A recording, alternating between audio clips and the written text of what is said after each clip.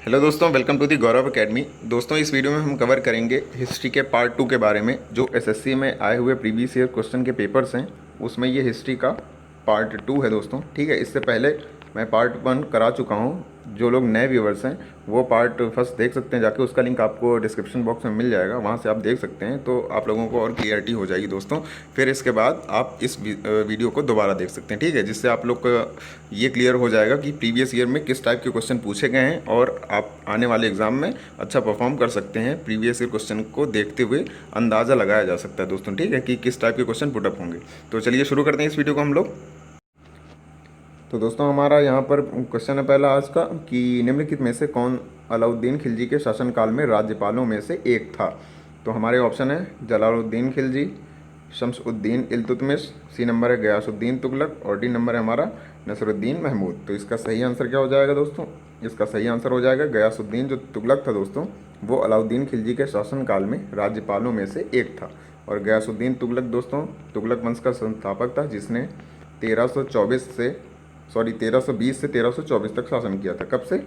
1320 से 24 तक शासन किया था इसने। अगला क्वेश्चन है दोस्तों हमारा कि शैयद वंश की स्थापना किसने की। ऑप्शन है हमारे कि निज़ाम शाह, मोहम्मद बिन फरीद, खिज़्र खान और बहलूल खान। तो इसका सही आंसर दोस्तों क्या है? इसका सही आंसर है खिज़्र खान ने शैयद वंश की स्थापना की थी। ठीक है दोस्तों, तो शैयद वंश ने दिल्ली पर कब तक शासन किया था? 14 से लेकर कितना? 1451 तक। ठीक है, ये आप लोग याद रखिएगा। चलिए बढ़ते हैं अगले क्वेश्चन की तरफ हम लोग। हमारा अगला क्वेश्चन है दोस्तों कि 17 दिसंबर 1931 को भारतीय सांख्यिकी संस्थान की स्थापना किसने की। ऑप्शन है हमारे पीसी महालनोबिस ने, आर ए फिशर ने, एफ ईएट्स ने और एम एच हैंसेन ने। ठीक है, तो इसका सही आंसर क्या होगा? इसका सही आंसर होगा दोस्तों पीसी महालनोबिस ने 17 दिसंबर 1931 को भारतीय सांख्यिकी संस्थान की स्थापना की थी। ठीक है दोस्तों, चलिए बढ़ते हैं अगले क्वेश्चन की तरफ। अगला क्वेश्चन है दोस्तों हमारा कि मतलब किस टीम ने उत्तराखंड में देहरादून के राजीव गांधी अंतर्राष्ट्रीय क्रिकेट स्टेडियम में आयरलैंड के खिलाफ अपने दूसरे टी20 अंतर्राष्ट्रीय में सबसे अधिक टी20 कुल स्कोर हासिल करके इतिहास रचा। तो इसका ऑप्शन है पाकिस्तान, इंडिया, अफगानिस्तान या फिर ऑस्ट्रेलिया। तो हमारा सही आंसर क्या होगा दोस्तों? हमारा सही आंसर हो जाएगा अफगानिस्तान ने आयरलैंड के खिलाफ दोस्तों ये कारनामा किया था। ठीक है, चलिए देखते हैं अगला क्वेश्चन कौन सा है। अगला क्वेश्चन है दोस्तों हमारा कि दिल्ली के सिंहासन पर बैठने वाली पहली और एकमात्र मुस्लिम महिला थी। ये तो इजी क्वेश्चन है दोस्तों, आई होप आप लोगों को आंसर मालूम होगा इसका। ऑप्शन है हमारे फातिमा अल फेरी, शजरत अल दुर और गेहर सुल्तान या फिर रज़िया बेगम। तो इसका सिंपल सा आंसर है दोस्तों रज़िया बेगम। इन्होंने दिल्ली पर शासन किया था कब से कब तक? ये आप लोग याद रखिएगा 1236 से 1240 तक। ठीक है, चलिए बढ़ते हैं अगले क्वेश्चन की तरफ हम लोग। अगला क्वेश्चन है दोस्तों हमारा कि गांधी इरविन समझौते में निम्न में से कौन सी शर्त नहीं रखी गई थी। ऑप्शन है हमारे इंडियन नेशनल कांग्रेस को सविनय अवज्ञा आंदोलन बंद करना चाहिए, बी है हमारा नमक कर को हटाना, कानूनी रूप से उत्पादन, व्यापार और बेचने की अनुमति, सी नंबर है हमारा दोस्तों खादी उत्पादन कर हटाना और डी ऑप्शन है हमारा भारतीय राष्ट्रीय कांग्रेस का गोलमेज सम्मेलन में भाग लेना। तो देखिए इसका सही आंसर हो जाएगा दोस्तों सी नंबर। ठीक है, खादी उत्पादन पर कर हटाना। हमारा अगला क्वेश्चन है दोस्तों कि वर्ष 1556 में मुगल सिंहासन में मतलब किसने जीता था। ठीक है, तो इसका ऑप्शन है हमारे शेरशाह सूरी, जहांगीर, शाहजहां या फिर अकबर। तो दोस्तों 1556 में जब हुमायूं की मृत्यु हो गई थी, कब? 1556 में। उसके बाद किसने राजभार संभाला था? अकबर ने। और अकबर के शासनकाल में ही दोस्तों मुग़ल काल की जो सोशल और इकोनॉमिकल और पॉलिटिकल जो टर्म थे वो काफ़ी ज़्यादा फली फूली थी, ये चीज़ें, ये तीनों चीज़ें स्पेशली। ठीक है, चलिए बढ़ते हैं अगले क्वेश्चन की तरफ हम लोग। अगला क्वेश्चन है दोस्तों हमारा कि ब्रिटिश भारत के लिए संवैधानिक सुधारों का सुझाव देने के लिए यूनाइटेड किंगडम के 7 संसद सदस्यों का एक समूह था। तो इसमें पहला है हमारा दोस्तों ऑप्शन क्या है? सार्जेंट कमीशन, फ्रेजर कमीशन और तीसरा है हमारा हंटर कमीशन और चौथा कौन सा है हमारा? और दोस्तों डी नंबर है हमारा साइमन कमीशन। ठीक है, तो इसका दोस्तों सही आंसर क्या हो जाएगा? सही आंसर हो जाएगा साइमन कमीशन। ठीक है, यहाँ पर आप देख सकते हैं जैसे लिखा है Simon commission was a group of 7 white members of parliament of United Kingdom which was constituted to suggest constitutional reforms in British India. अब ये जब रिफॉर्म आया था दोस्तों, इसी के विरोध में साइमन गो बैक के नारे लगाए गए थे। ठीक है, चलिए बढ़ते हैं अगले क्वेश्चन की तरफ हम लोग। अगला क्वेश्चन है दोस्तों हमारा कि राम पंथ के महान कवि मतलब ये कवि दिए गए हैं आपको ऑप्शन में थे जिन्होंने रामचरितमानस कविता की रचना की। ऑप्शन है चैतन्य, वल्लभाचार्य, निम्बार्क या फिर तुलसीदास। तो इसका आंसर होगा दोस्तों तुलसीदास जी ने रामचरितमानस की रचना की थी। किस भाषा में? अवधि में। किस में दोस्तों? ये चीज़ आप लोग याद रखिएगा, ठीक है, अवधि में की थी। चलिए बढ़ते हैं अगले क्वेश्चन की तरफ। अगला क्वेश्चन है हमारा कि इनमें से मतलब कौन भारत में पहले मुगल सम्राट थे, ठीक है। तो इसका सही आंसर दोस्तों हो जाएगा, सही आंसर हो जाएगा बाबर। बाबर पहली बार भारत कब आए थे दोस्तों? 1526 में भारत आया था, जब इसने इब्राहिम लोदी को पानीपत का जो पहला युद्ध हुआ था उसमें परास्त किया था, ठीक है। चलिए बढ़ते हैं अगले क्वेश्चन की तरफ हम लोग। अगला क्वेश्चन दोस्तों हमारा कि भगवान राम पर आधारित भक्ति आंदोलन के प्रवर्तक कौन थे। ऑप्शन है हमारे नामदेव, जयदेव, विवेकानंद या फिर रामानंद। तो इसका सही आंसर क्या हो जाएगा दोस्तों? रामानंद जो थे वो भगवान राम पर आधारित भक्ति आंदोलन के प्रवर्तक थे, ठीक है। कौन? रामानंद। चलिए बढ़ते हैं अगले क्वेश्चन की तरफ।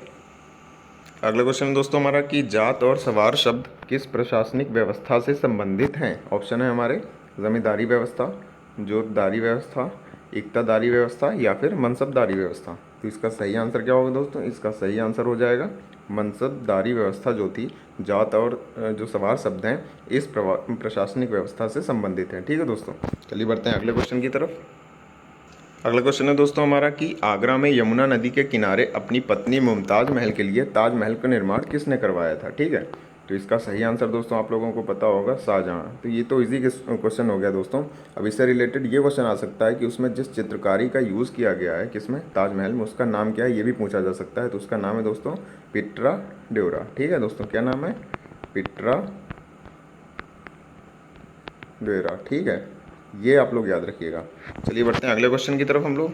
अगला क्वेश्चन है दोस्तों हमारा कि अकबर का पुत्र उसका उत्तराधिकारी सलीम जिन्होंने का शीर्षक लिया जिसका अर्थ है विश्व का विजेता। तो इसमें कौन होगा दोस्तों? जहांगीर इसका सही आंसर हो जाएगा दोस्तों। तो क्या आंसर है? जहांगीर, ए नंबर, ठीक है। चलिए बढ़ते हैं अगले क्वेश्चन की तरफ। अगला क्वेश्चन दोस्तों ये इंपॉर्टेंट है दोस्तों कि 1975 से 1977 के बीच आपातकाल के दौरान भारत के प्रधानमंत्री कौन थे। ये भी सबको मालूम होगा। इसका सही आंसर होगा दोस्तों इंदिरा गांधी। जो आपातकाल लगा था दोस्तों वो कितने महीनों का लगा था? 19 महीनों का लगा था दोस्तों, ठीक है। और उस समय राष्ट्रपति कौन थे ये भी आपसे पूछा जा सकता है दोस्तों। तो उस समय के राष्ट्रपति थे फखरुद्दीन अली अहमद, ठीक है। चलिए बढ़ते हैं अगले क्वेश्चन की तरफ। अगला क्वेश्चन है दोस्तों 36 नंबर की दिल्ली में लाल किला और जामा मस्जिद के शासन का कि मतलब किसके शासनकाल के दौरान वास्तुकला की विशाल उपलब्धियों के रूप में सामने आते हैं। ऑप्शन है हमारे शाहजहां, जहांगीर, औरंगजेब और अकबर। तो नो डाउट दोस्तों इसका सही आंसर क्या हो जाएगा? शाहजहां के ही शासनकाल में दोस्तों वास्तुकला की विशाल उपलब्धियों के रूप में सामने आते हैं कौन? लाल किला और जामा मस्जिद, ठीक है। तो चलिए बढ़ते हैं अगले क्वेश्चन की तरफ। अगला क्वेश्चन है हमारा कि महाराजा सवाई प्रताप सिंह ने वर्ष 1799 में किस भारतीय स्मारक का निर्माण किया था। मैसूर पैलेस, हवा महल, लेह पैलेस या मट्टनचेरी पैलेस। तो इसका सही आंसर होगा दोस्तों हवा महल, ठीक है दोस्तों। हवा महल का निर्माण कराया था महाराजा सवाई प्रताप सिंह ने। और इसमें दोस्तों छोटी कितनी 953 कुल विंडो हैं, ठीक है दोस्तों। तो इसको आप लोग याद रखिएगा। चलिए बढ़ते हैं अगले क्वेश्चन की तरफ। अगला क्वेश्चन दोस्तों हमारा 38 नंबर है कि लॉर्ड कर्जन द्वारा कल्पना की गई विक्टोरिया मेमोरियल निम्न में से किस शहर के वास्तुशिल्पीय पराकाष्ठा का प्रतिनिधित्व करती है। तो हमारा इसका सही आंसर क्या हो जाएगा दोस्तों? इसको आप लोग जानते होंगे, कलकत्ता में, ठीक है, कलकत्ता में दोस्तों। और इसको लॉर्ड कर्जन ने प्रपोज किया था कब? 1906 में, ठीक है। और इसका निर्माण कार्य चला था 1921 तक। तो ये याद रखिएगा आप लोग, ठीक है। चलिए बढ़ते हैं अगले क्वेश्चन की तरफ हम लोग। अगला क्वेश्चन है दोस्तों हमारा कि निम्नलिखित में से कौन सी औपनिवेशिक काल में भारत के व्यापार की सबसे महत्वपूर्ण विशेषता थी। तो हमारे ऑप्शन है आयात की कमी, निर्यात अधिशेष, निर्यात में कमी या फिर आयात अधिशेष। तो इसका सही आंसर क्या हो जाएगा दोस्तों? इसका सही आंसर हो जाएगा निर्यात अधिशेष, ठीक है दोस्तों। मतलब कि एक्सपोर्ट सरप्लस। ये औपनिवेशिक काल में भारत के व्यापार की सबसे महत्वपूर्ण विशेषता थी, ठीक है। चलिए बढ़ते हैं अगले क्वेश्चन की तरफ। हमारा अगला क्वेश्चन है दोस्तों 40 नंबर की हुमायूं का उत्तराधिकारी निम्न में से जो नीचे दिए गए हैं ऑप्शन देख के बताना है आपको कि निर्वासन में पैदा हुआ था और वह केवल 13 वर्ष का था जब उसके पिता की मृत्यु हो गई थी। तो इसका सही आंसर क्या हो जाएगा दोस्तों? इसका सही आंसर हो जाएगा अकबर, ठीक है। ए नंबर इसका सही आंसर हो जाएगा। तो दोस्तों ये था हिस्ट्री का पार्ट 2। कौन सा था? हिस्ट्री का पार्ट 2, जिसमें हमने बात की कि हिस्ट्री के किस टाइप के क्वेश्चन एसएससी के प्रीवियस ईयर एग्जाम में पूछे गए हैं, ठीक है दोस्तों। तो चलिए मिलते हैं हम लोग नेक्स्ट वीडियो में, मिलेंगे एक नए पार्ट के साथ। एक नया सेक्शन कवर करेंगे दोस्तों। आप लोग को वीडियो अच्छा लगा दोस्तों, प्लीज़ लाइक ज़रूर करें, शेयर करें और हमारे चैनल को सब्सक्राइब करना ना भूलें। चलिए मिलते हैं नेक्स्ट वीडियो में, तब तक के लिए धन्यवाद।